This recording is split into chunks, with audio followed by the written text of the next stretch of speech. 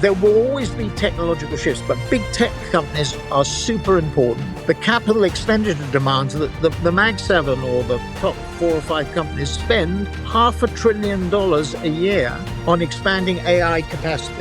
Amazon spends $100 billion alone. I think artificial intelligence coupled with blockchain and crypto will represent the two largest growth sectors in the United States over the next 4 to 5 years from a percentage perspective.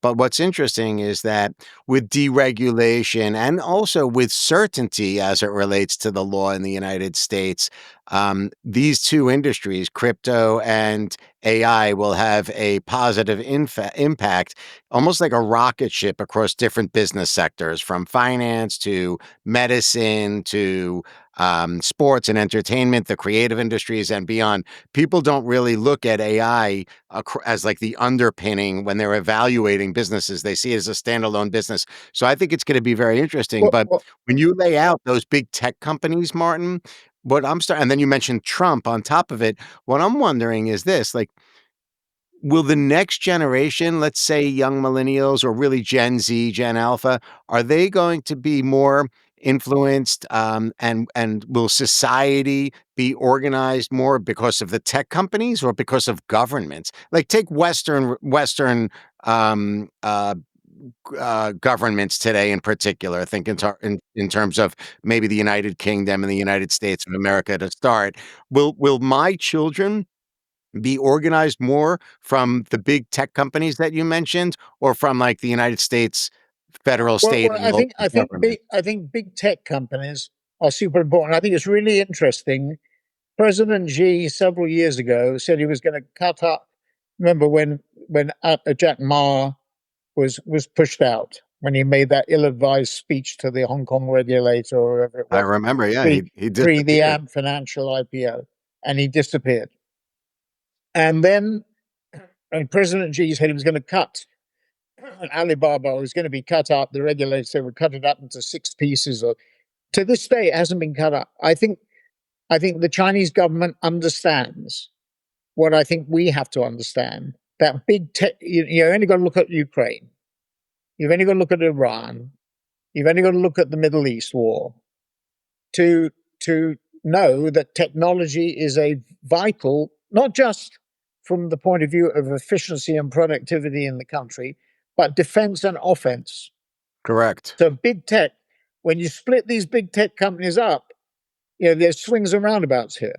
You may think you're encouraging more competition, but you may be slowing advances in some senses, and you may be creating some discontinuities, to put it politely, in terms of offense and defense. So I think big tech is here to stay. The irony is that whilst all this is going on, it's like, this court case comes up with Meta. Meta. Yeah. Right. And then they start talking about, Google and Google search. And it also, there's also an issue around Google and Google search. Google search is under attack. We know from the AI platforms, the LLMs. We know that one of the reasons why Google hallucination was one, existential threat was another, but Google may have been slower than they should have been to introduce LLMs because they were worried about the disintermediation, the cannibalization of their search business. But there will always be technological shifts, but big tech companies are super important. The capital expenditure demands that the Mag 7 or the top 4 or 5 companies spend $500 billion a year on expanding AI capacity. Amazon spends $100 billion alone on increasing AI capacity every year. So big tech is super important. One other thing I want to say is this, and it sort of loops back to my dad. My dad said, find an industry you like, a company you like it within it that you like, build your career over 20 years, and if you want, at the age of 40 to go off on your own, go off and do it. That, I don't think, is a philosophy that would work today. I see things getting shorter and shorter term. The irony is the big tech companies are there, if not in perpetuity, certainly for a long time. But at the same time, I I was at a JP Morgan conference And there was a very, very quirky woman there who runs their future group out of Buenos Aires. She has about 30 people. We have a board meeting coming up in Buenos Aires, and I've asked her to come and talk to the board and our people about how she sees the future. And she tries to spot trends before certainly you or I, maybe not you, but certainly before I see them. And so she's really early.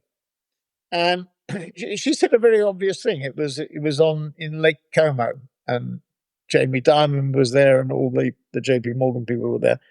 And she said it maybe an obvious thing, but she said the stuff that you've seen, which you've seen it over, let's say 10, 15, 20 years, your grandkids will see in a year or 2 years or even less.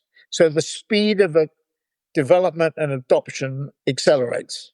Yeah. So I entirely agree with her. It's kind of interesting if you look at legacy media and you look at some of the legacy like brands, the stalwarts, like these incredible, like think in terms of like a Coca-Cola, for example. The way Coca-Cola tapped into legacy media to develop a relationship or that emotional experience with its consumer base is totally shifting because those consumers, the next generation, not only do they not care about legacy media anymore, but they don't even care about the brand anymore. well, you So you saw get a that. guy like Jake Paul, who's a creator, right? So the creators are now delivering news, delivering entertainment, and also delivering brands. Mr. Beast, it's reported now, Mr. Beast earned more money. Get a load of this. This is true. Mr. Beast earned more money from his chocolate brand. Did you even know that Mr. Beast had a chocolate I know brand? about Mr. Beast. I know His chocolate brand generated in, I think it was like a 48 month window, a $250 million in revenue. He's generating more profit out of the chocolate business than he is with regards to the videos he's making on YouTube. So I think things are going to shift. And I don't think people, that next generation, those Gen Z, Gen Alpha, I don't think they care so much about but I Coca-Cola. think the consequence of that is that product life cycles and brand cycles become much shorter. So Correct. so I so agree. and attention spans become much shorter. So Correct. so so everything is on a short. The lives of CEOs in situ become shorter.